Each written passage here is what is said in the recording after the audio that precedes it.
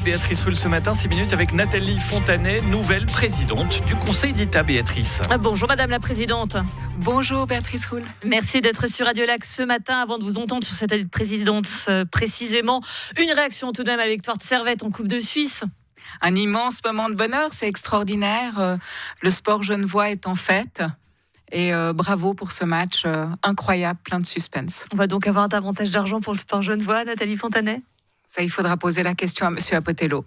Présidente, mais aussi grande argentière, d'où ma question. Avec des comptes exceptionnels pour 2023, on ne le répète jamais assez, un solde positif de près de 200 millions de francs. Vous avez opté pour une baisse d'impôts. La ville, elle a préféré jouer la prudence et ne diminue pas ses impôts. Le Conseil d'État de droite est donc plus dépensier qu'un conseil administratif de gauche. C'est le monde à l'envers, Nathalie Fontanet. Je ne crois pas que ce soit la question. En fait, le Conseil d'État avait indiqué dans son programme de législature que si les comptes le permettaient, il proposerait une baisse d'impôt des personnes physiques, donc de l'impôt sur le revenu. Le fait d'avoir depuis 3 ans maintenant des comptes extrêmement positifs nous a donné l'envie finalement de reporter ça sur la population et puis de faire en sorte que celle-ci paye moins d'impôts. Et puis vous avez vu, on a aussi la gratuité des TPG pour les jeunes jusqu'à 24 ans et puis 50% pour les seniors qui a finalement été adopté par le Grand Conseil la semaine dernière.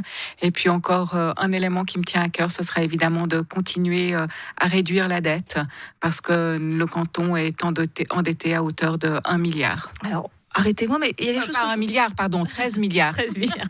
On va presque souhaiter c'était 1 milliard. Mais il y a quelque chose que je ne comprends pas trop. On nous a dit, oui, alors les résultats exceptionnels de Genève, c'est aussi lié à une situation bien particulière. Les entreprises qui surperforment, c'est lié à un contexte très particulier. Et le contexte très particulier ne dure qu'un temps. Ça veut donc dire qu'à terme, on aura moins d'argent et qu'à encore plus court terme, on va réaugmenter nos impôts. Non, écoutez, ça c'est un calcul rapide. Je ne pense pas. On a la chance d'avoir un tissu économique dans le canton de Genève absolument exceptionnel. Mais limité on a peu d'entreprises, finalement. C'est des très grandes qui surperforment, mais elles sont peu nombreuses. Vous avez raison, ce sont, et c'est pas forcément des très grandes, mais ce sont peu d'entreprises qui font des chiffres extraordinaires. Mais on a aussi une population de personnes physiques, fortunées, qui payent beaucoup d'impôts dans le canton.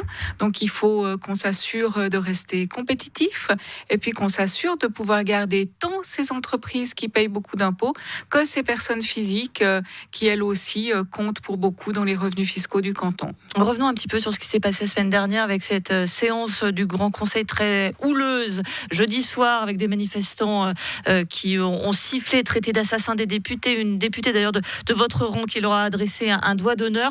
Il y a une très grosse tension au sein de la société, y compris au sein des universités sur cette question. Est-ce que ça vous inquiète, Nathalie Fontanet, cette cristallisation ? Ce qui m'inquiète, c'est cette polarisation extrêmement importante, effectivement, et je pense qu'on doit y rester attentif.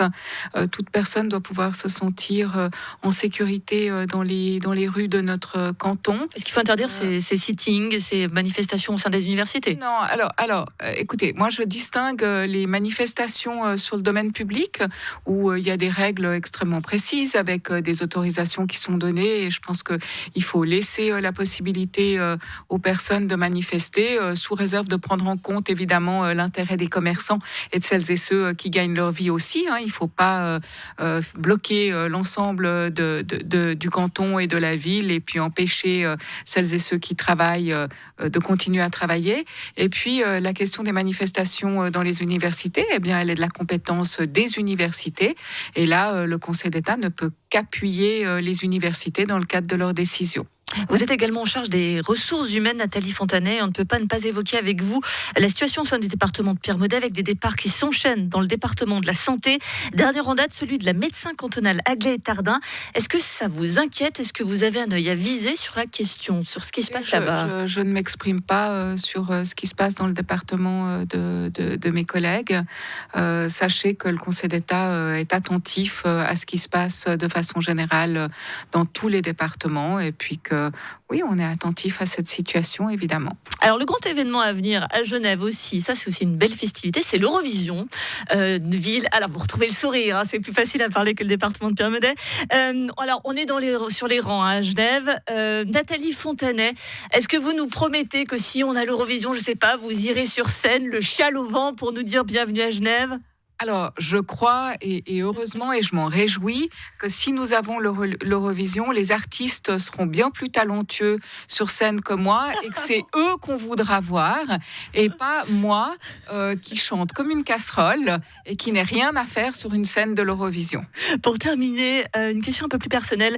À la petite Nathalie de 10 ans, si vous la rencontriez, vous lui diriez quoi ? Je lui dirais, fais ta vie et sache que tout est possible.